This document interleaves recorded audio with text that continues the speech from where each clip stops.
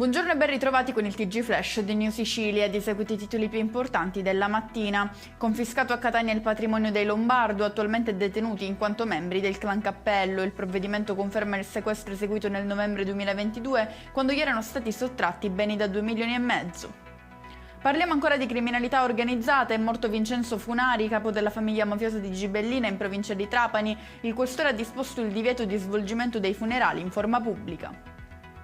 Ci spostiamo a Palermo, scoperta dalla Guardia di Finanza una frode fiscale relativa alla vendita illegale di carburante, 13 soggetti coinvolti nell'operazione, grazie alla quale sono stati sequestrati oltre 15 milioni di euro. Finisce nei guai a Ispica, in provincia di Ragusa, un concessionario che insieme ad altri complici ha messo in atto una serie di truffe nell'acquisto di auto. Nell'operazione sono stati sequestrati quasi 700.000 euro e 15 macchine in possesso o usate da altri indagati.